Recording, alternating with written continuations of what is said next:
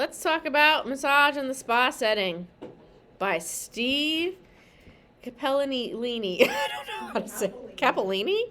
Capillary? A brief history of the spas. Spa is a Latin word. Sanitas per aqua. SPA. See? See? What's that acronym? Yeah. So that's what spa means. Sanitizing, water sanitizing. I guess that's what that means. I don't know. Water is the essence of many spa services, like real spa. That's why also they refer to hot tubs as a spa, because it's water therapy. Most spa services were originally offered at natural springs. So your fancy big spas still to this day might be on the property where there's a natural spring. This is why I want to go to Iceland and go to the Blue Lagoon. Now, it's not a natural spring. It is man-made. Sorry, I just ruined it for you guys because I looked into it. There is a, I forgot, two? Was it awesome? Mm-hmm. So there's some kind of factory away from it where underneath they have some system where it warms up that water. Yeah. So. One's a touristy one and one's that you rent a car and drive out to it. And that's what my friend and I went to, and it wasn't as touristy. I will do I'm not any. sure about that one, but Did they give you like weird seaweed and foam things to put on your head and they give face? you like a towel. Just a You know, towel. like here you go. And they have a bar there. You can go and drinks and stuff. I want to do the added therapy where you like can get like a mask. Mm-hmm. I think that might be at the one that's like The tourist near one? Reykjavik, like nice.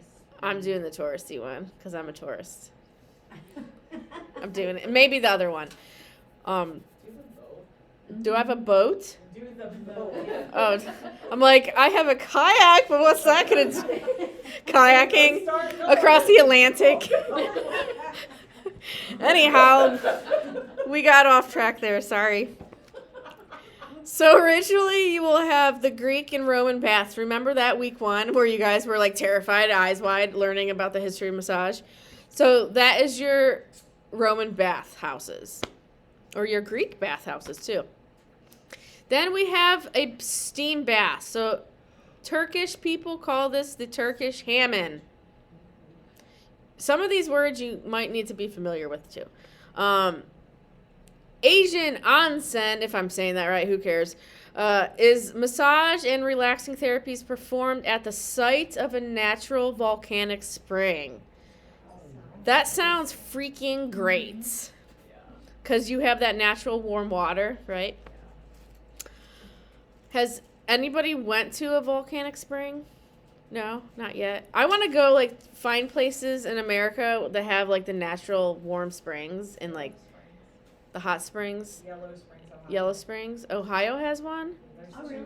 Field trip. That's over by Dayton, right? Yeah. One of these days you're gonna actually. Yeah, you're gonna We're have gonna to have do to do that. it because like. I just have to fill out some paperwork. Huh? They need like a bus, a Belmont College bus or something. It'll be short. It'll be a short bus. I'm fine with that. Yeah. We'll just do what is the cane train in Cambridge? Yeah, the cane train. The cane train. I'm going to have to look into this. Where are we at? Russian banya. Russian banyas. This is a communal steam bath. I mean, they do weird things in other countries. We're just too modest in America. Early America, we're talking native Americas. Early America, they use sweat lodges and something called a kiva. So this would be underground. So this is what I have pictured over here. Is the first one would be your sweat lodge. So they would, have the heat in there, maybe hot coals, whatever. So it's like a sauna, right? A steam sauna. Or they would do the underground one. So that's what this picture is on the bottom right. Would be your underground kiva. That sounds great. So let's talk about modern spas. This looks fancy.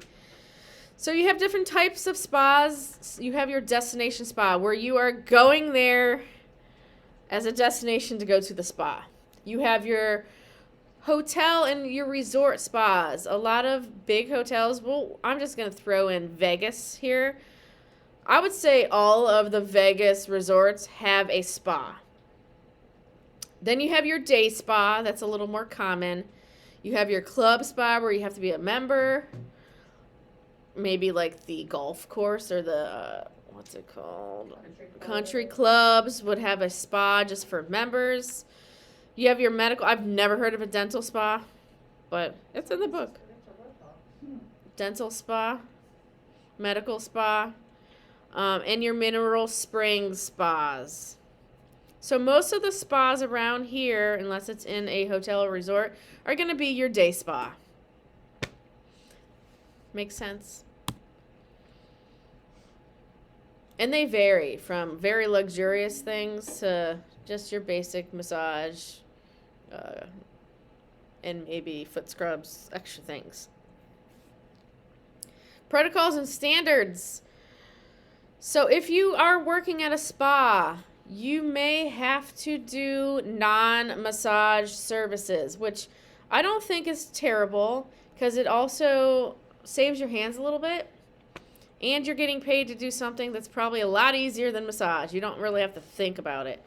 This would include your body wraps. Again, we're using herbs or oils and we're wrapping them. It kind of looks like, I don't even know what it's called, like strips of warm, wet ace bandages, we'll say. You have your body scrubs. This can include a full body or just an area. Foot scrubs are a really popular one. So your scrubs, I think I actually have a section on this, but there's so many things that could be in a scrub. The main reason why you're getting a scrub is to exfoliate. So you have your sugar scrubs. Sometimes you have your coffee scrubs. There's sometimes nuts that are ground up. So it creates that exfoliating experience. So that's what a body scrub would entail. Your Ayurvedic version or your Ayurvedic services. This is exotic or specialized services. This would be something that not every spa would have. So I worked at a place that did something called, I am drawing a blank. So they had Indian head massages, which was just like a head massage, very detailed head massage. And then they had, it's going to come to me. It's an Ayurvedic service. So it's like this brass, I don't know, thing that holds oil, warm oil. And it has Shiodara. It's called a Shiodara. And it has a tiny little pinhole at the end. It's kind of shaped like this or shaped like this. So, you know, everything comes down to that point. And what you do is they lay down and this is suspended above them. Sometimes you just hold it if you don't have the Shiodara holder, and it would just do like a heated oil treatment to your forehead and your scalp. It's awesome. Usually it's scented with different essential oils, or there's a special Shiodara oil that is already blended with these different scents in there, and it's supposed to be super relaxing, plus you're getting a hot oil treatment for your hair at the same time. So that would be maybe your exotic or your specialized services. A lot of these are going to come from the Indian or the Chinese cultures. So it'd be something cool and different. An herbal detox could be another service that is offered. Hydrotherapy, bath showers, foot detox is a big popular one, if anybody believes in those or not. I have one. I'll have to bring that too. My first year, we had a spa day for everybody. And I brought a bunch of weird stuff, and we tried it. So we'll have to find time to do that. What's all these things you put on the bottom of your feet that's supposed to Draw the toxins out. look nasty when they take it off? I don't know if that really works or not. Maybe there's some science behind it, but I don't think it fully takes your liver detoxes your body. I've done one of those foot detoxes. They're gross. They're gross because, like I said, I think there's something to it because Yeah. when I brought it in here, people had different colored water. Yeah. Yeah. And we had a girl in class that was a smoker, and hers was like sludge.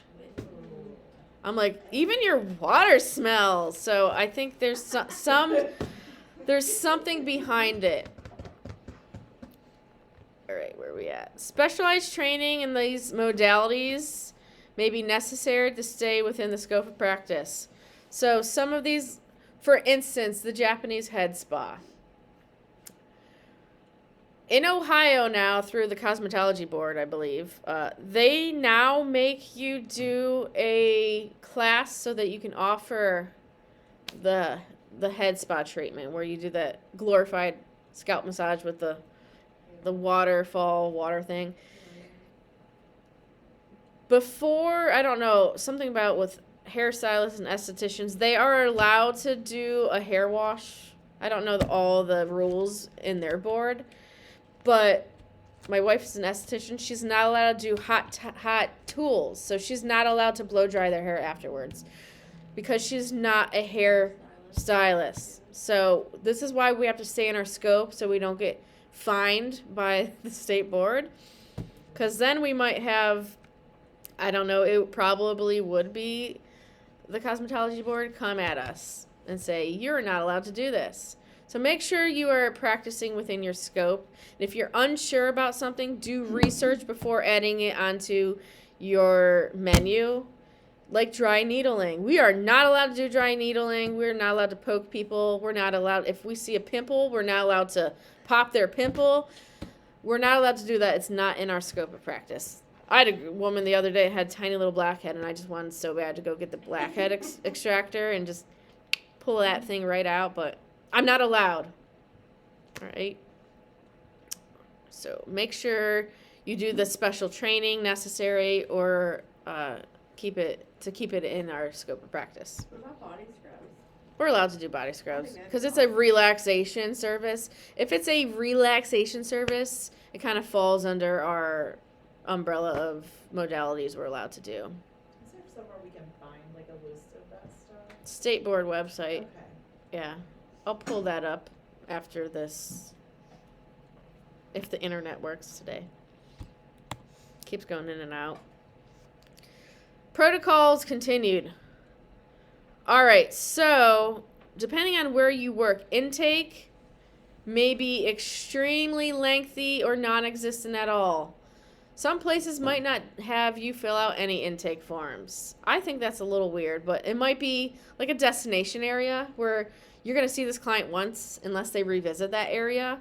So they don't really make you fill out an intake form sometimes. Or sometimes it might be a lot more lengthy, more questions. So on average, you usually get about 15 to 30 minutes between clients for cleanup.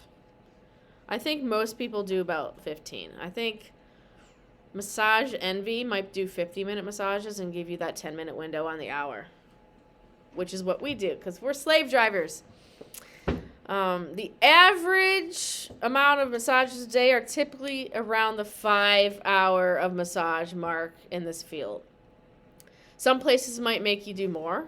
Some places you might do less.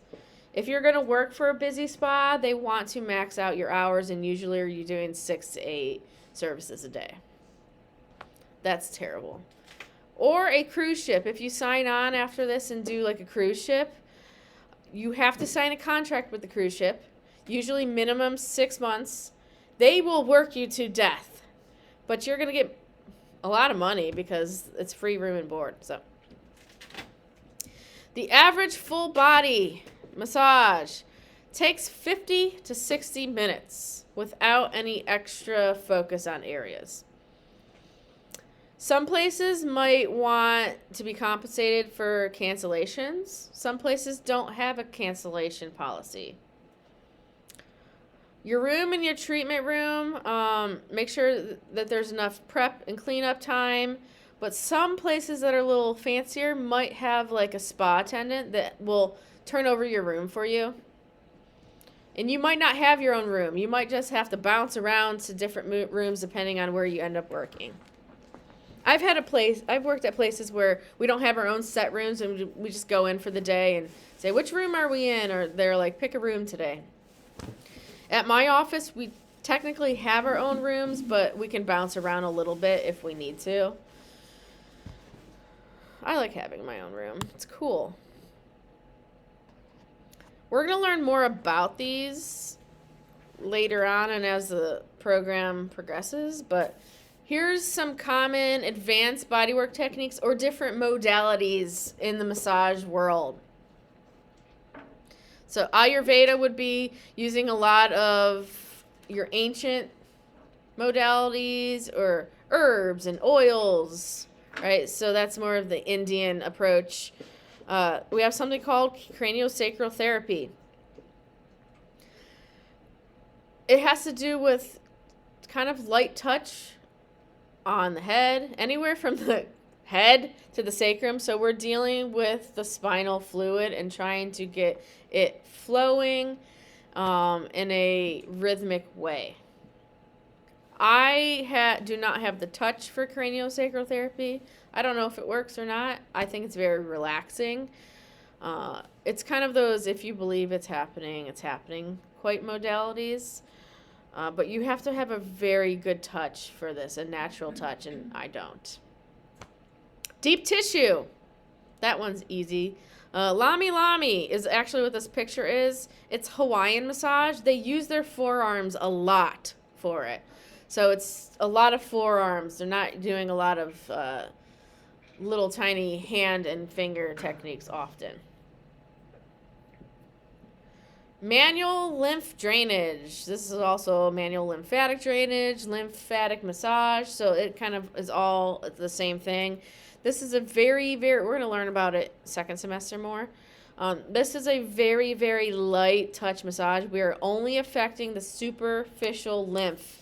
Think of the weight of a nickel on your skin, and that's the pressure that you are doing or using to achieve the flow of the lymph. Myofascial. So this is your myofascial release. We're, again, going to learn, a lot of these we're going to kind of go over and learn in second semester.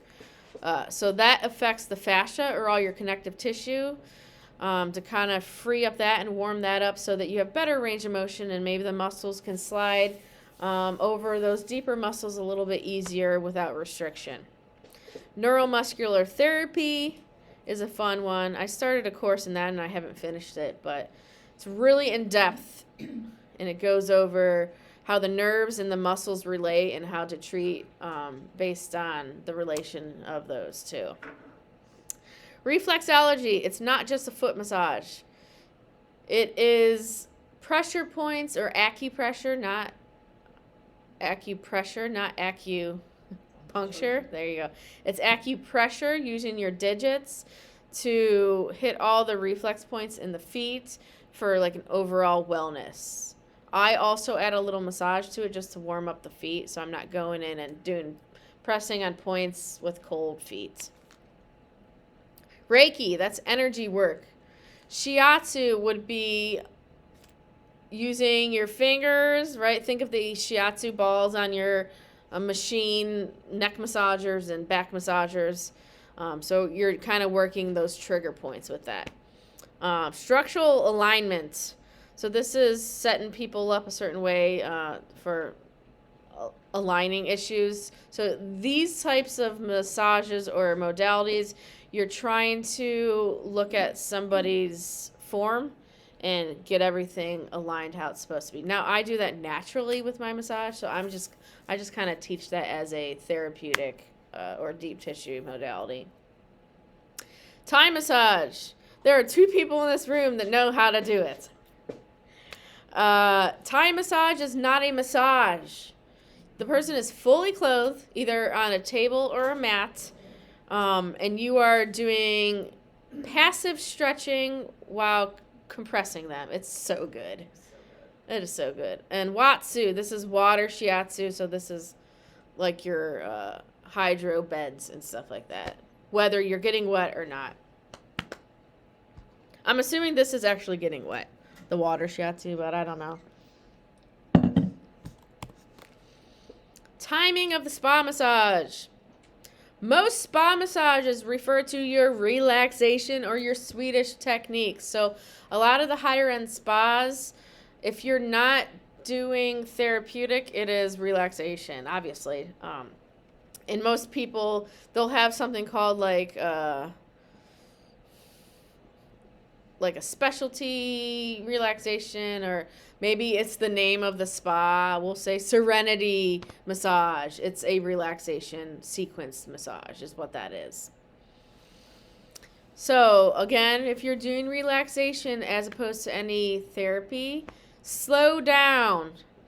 The fewer maneuvers you do with a greater concentration, the better. So instead of doing your fast moves like a sports massage, here's 1, 2, 3. I'm doing 1, 2, 3. So it lasts a lot longer.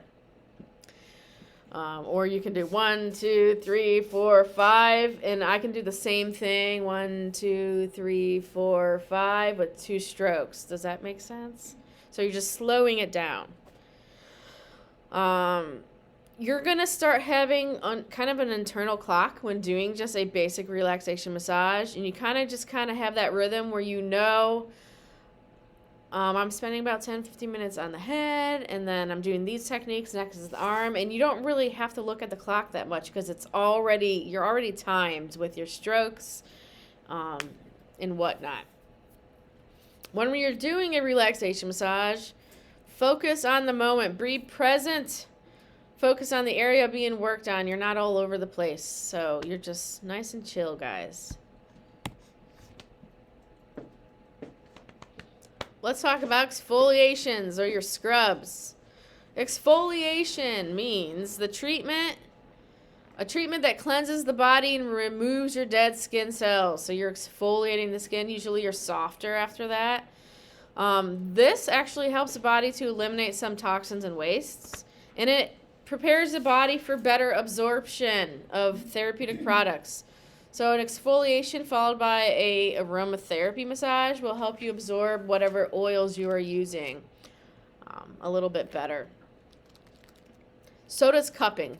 We're going to learn this when we do cupping, but cupping actually helps you to absorb the oil that you're putting on the skin better.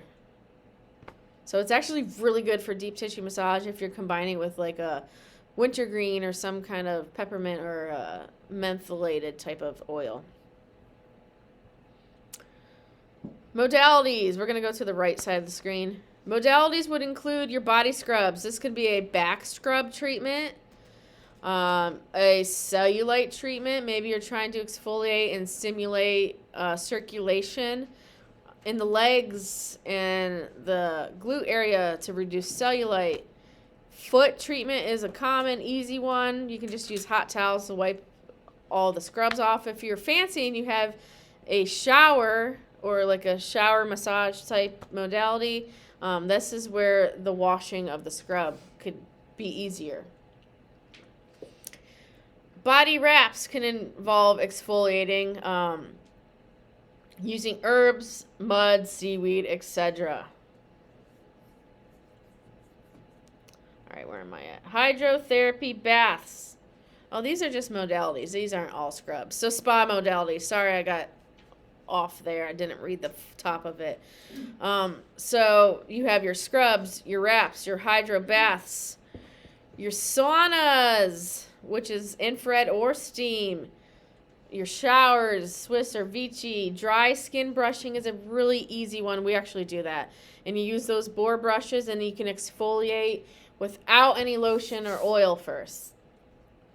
Hydrotherapy. Maybe I'll bring some stuff.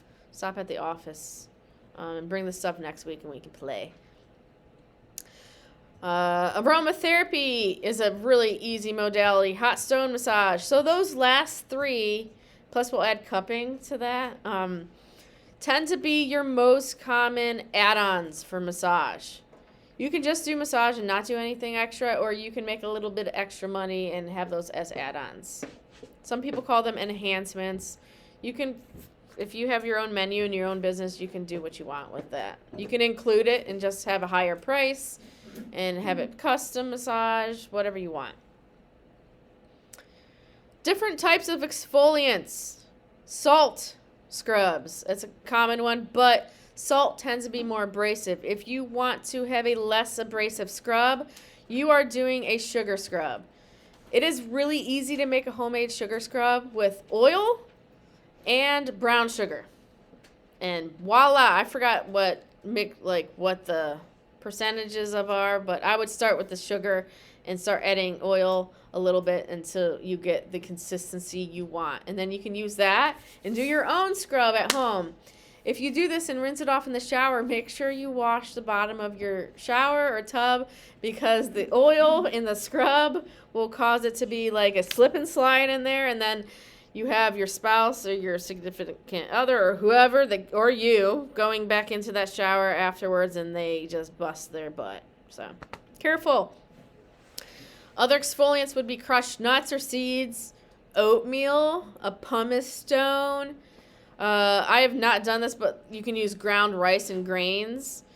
And a big one, which I don't think we're allowed to do, this is like estheticians, is your enzyme or your chemical exfoliants.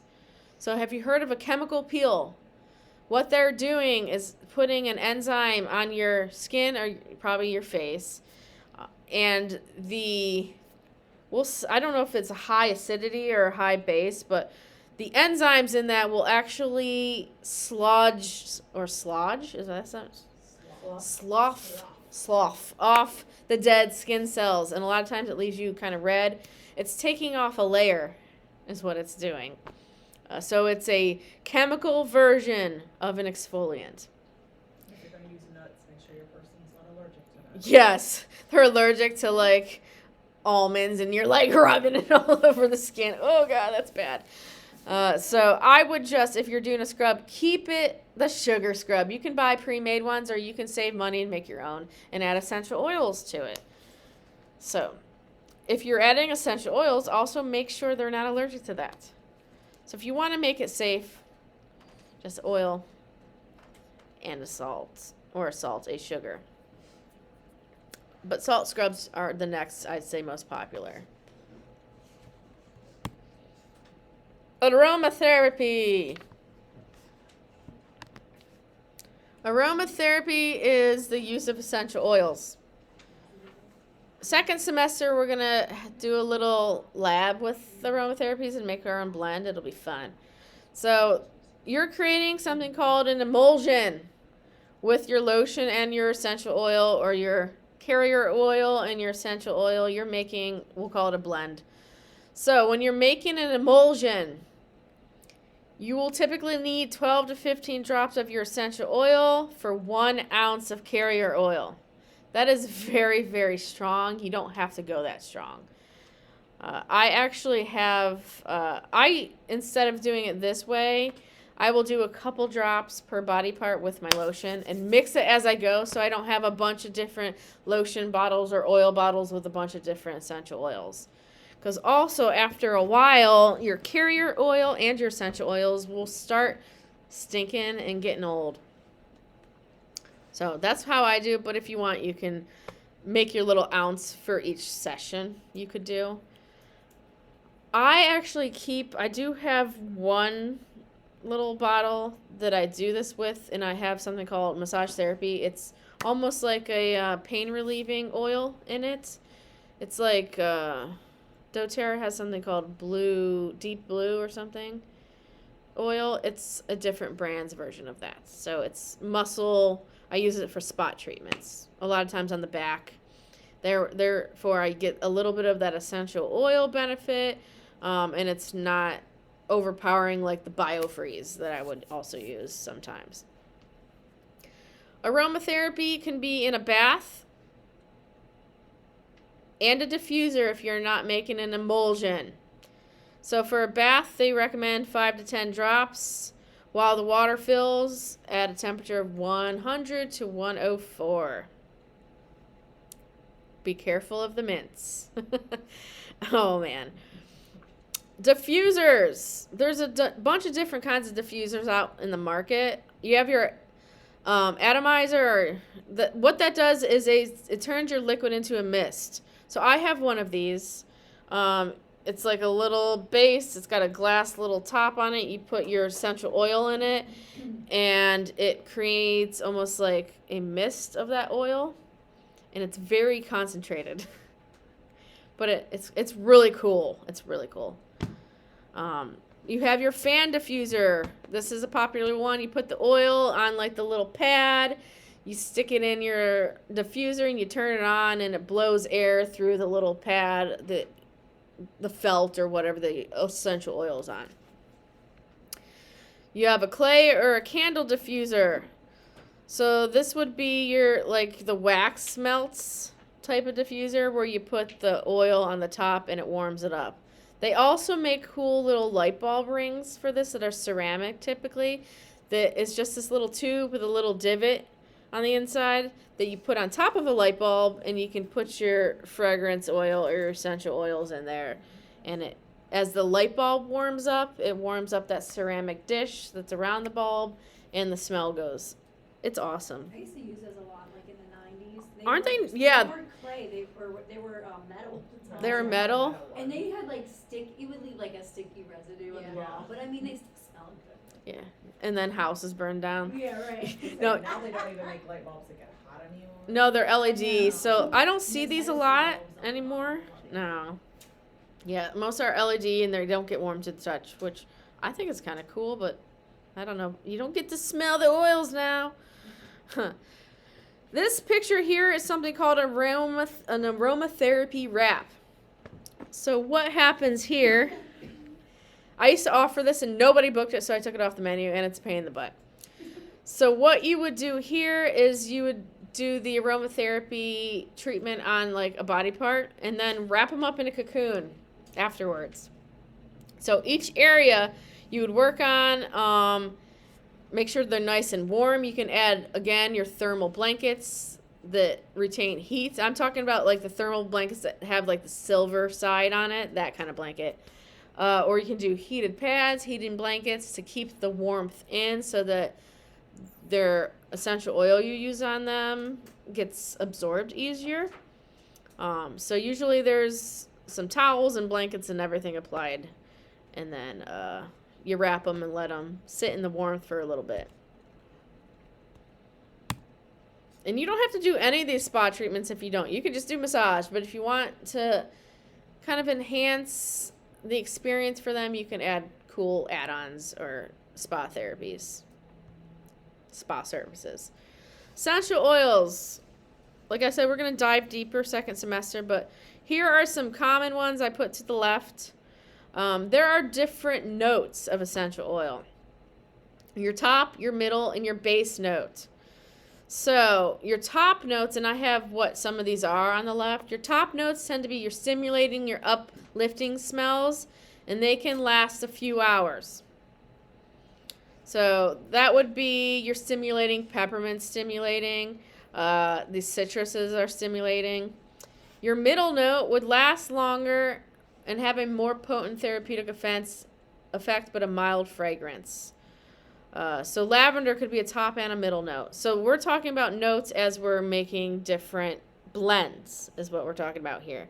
And your base note tends to last the longest and it's typically sweet and calming. So as you have blends, you notice that certain blends you can smell different oils a little bit better because some are top notes, some are middle notes, and so on. Peppermint. It's probably peppermint and lavender are the top most used essential oils in the industry. I used to hate lavender, but I'm accustomed to it now. Lavender increases alertness. It's cooling. I don't know if back in the days when whoever in this class did their proficiency tests for like school, they have your state testing. A lot of teachers would give you peppermint candies to suck on because it's supposed to increase your alertness and help your mental activity. Lavender tends to be very calming, very healing. Orange, it's very uplifting. It's a mood increaser. Any of the citruses, antidepressant.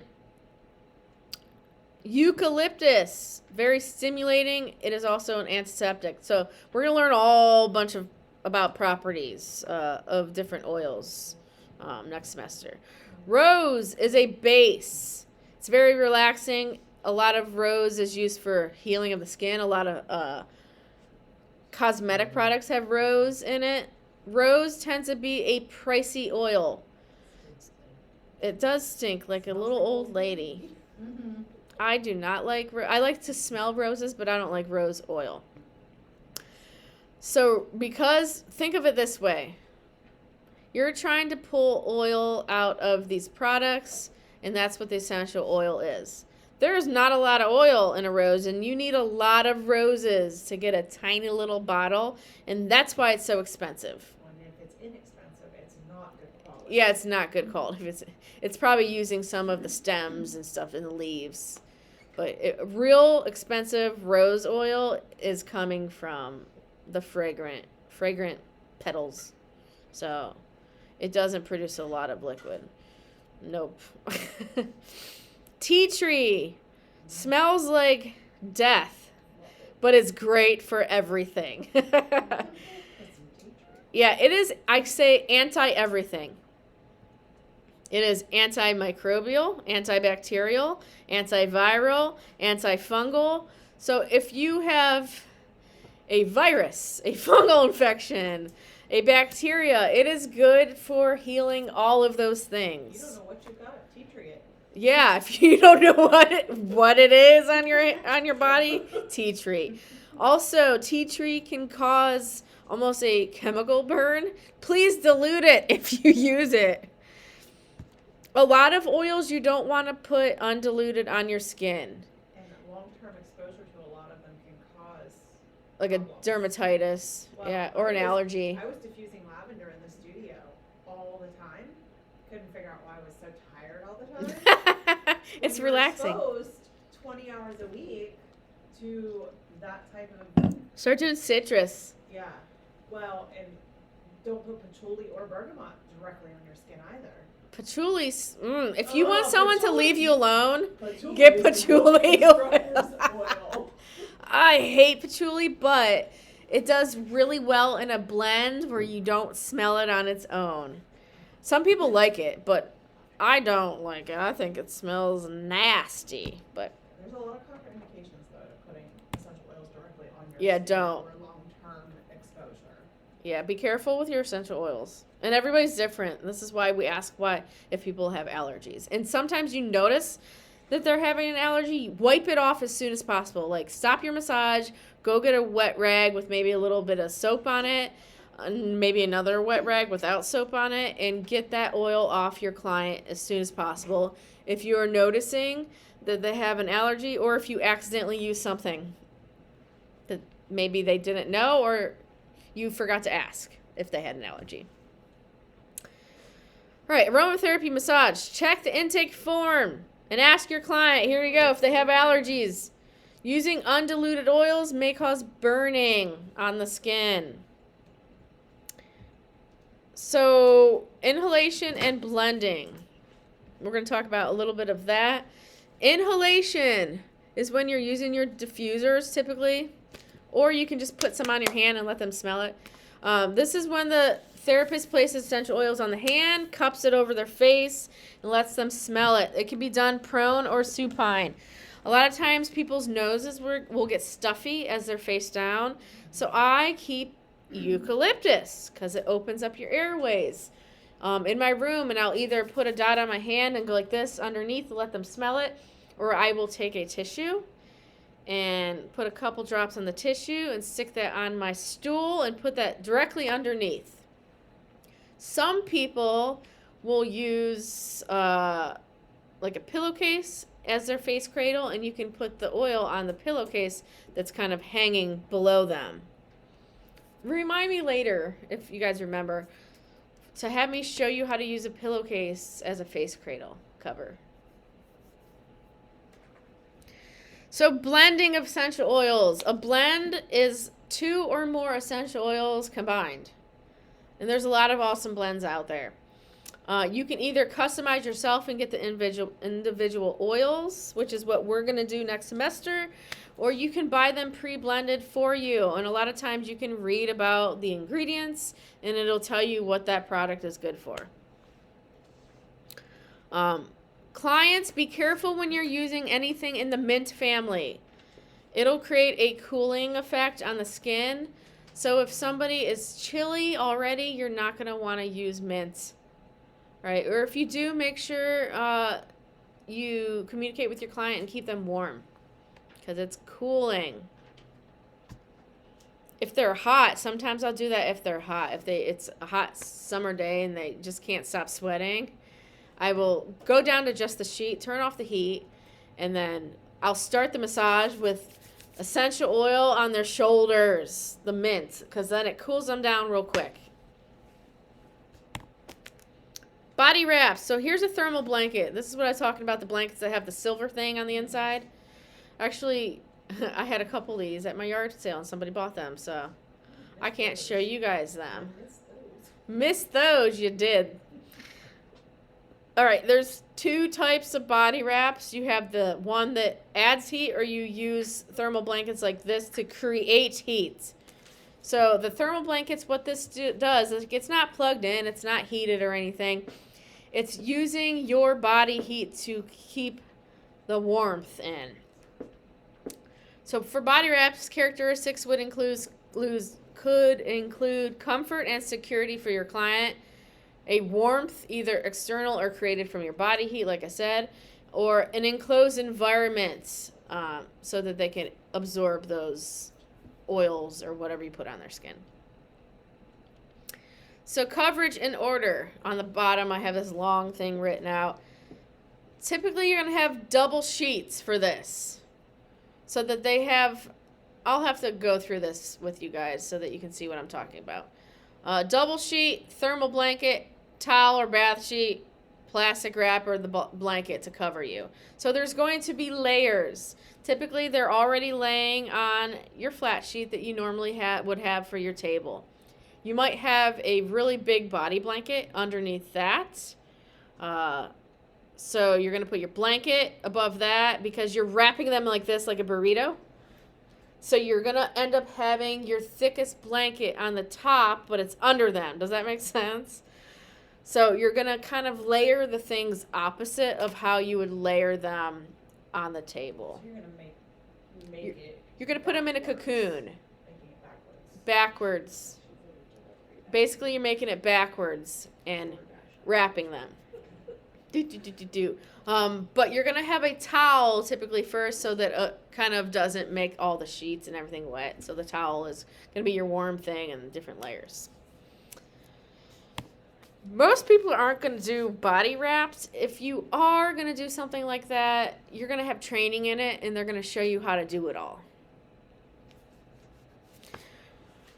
All right, policies and philosophy of spa companies. So, if you work for a spa, staff members may be required to sell memberships or retail. It might be part of your job duty, and you might get in trouble if you don't meet the minimum. I think that's stupid, but whatever. That's how they make their extra money, by selling retail. So, if you've ever gone to a spa or went on a cruise ship, they really harass you afterwards to buy whatever product they used on you. It's really annoying. Like, you're all chill and relaxed, and all of a sudden you're being hounded like a car salesman. Not fun. Time concerns might come up. You need to be punctual and mindful of the time spent on other tasks and your time spent charting. They might not give you any time to do this in between, or you have to be quick. All right? You can't get to your next client late because you are late and you're not good with time. I've had students like this where all of a sudden their clients are here and they have disappeared. I'm like, where are they? And they're like in here, like eating lunch, sitting down, like, hello, your client is out here. Like, make sure you have the time built in to do the things you need to do. If you don't, either you need to get better with it or you need to ask your supervisor or boss if you can have more time in between because maybe you just can't wing it. This is why I think a half hour between everybody is nice. Appearance. You might be required to have uniforms. This would include scrubs, or maybe some places have polos and a certain type of pants. Some people dress up, so you have dress slacks and button-ups. I think that's uncomfortable. I usually go the scrub or the athletic wear route for my people. I want you to be comfortable while you're working on people. Facial hair.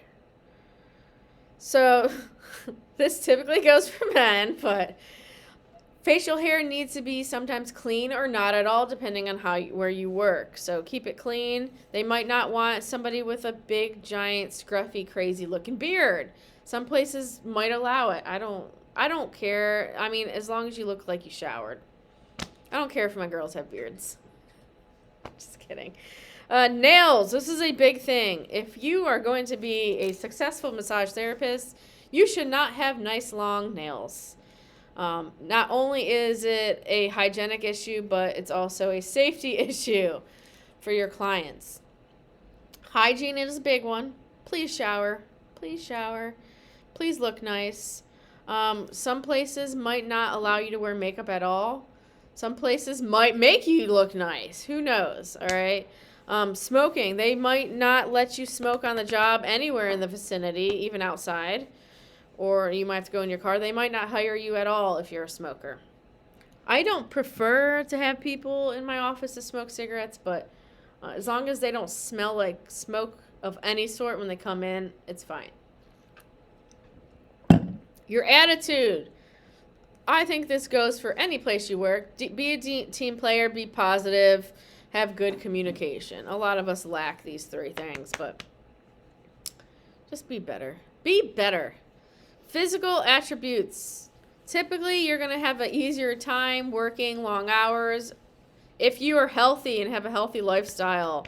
You need to have enough strength and endurance to carry out the tasks of the job.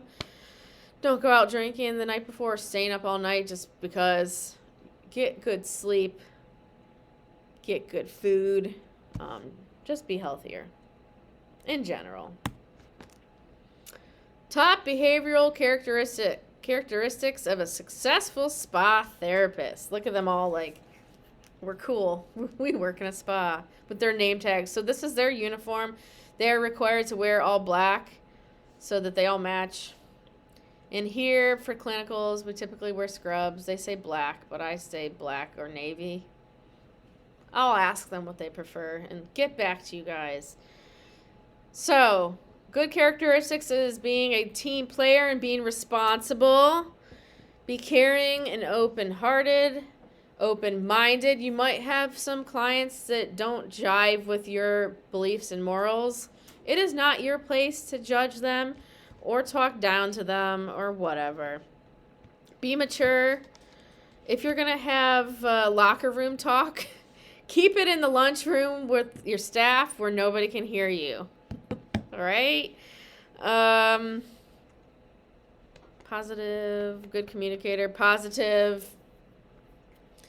You need to be able to be calm under pressure because sometimes you will have that diva coming into your office that just is not a happy human, or maybe there is an emergency situation arising and you need to be calm. Honest and trustworthy. I feel like these are attributes that just you should have as a good person. Be able to follow instructions. If you can't follow your boss's instructions, maybe you should be your own boss. You don't like authority. Be passionate. If you start getting burnt out at your job, either find a new career that you enjoy or start doing continued ed to re-spark that interest and that love.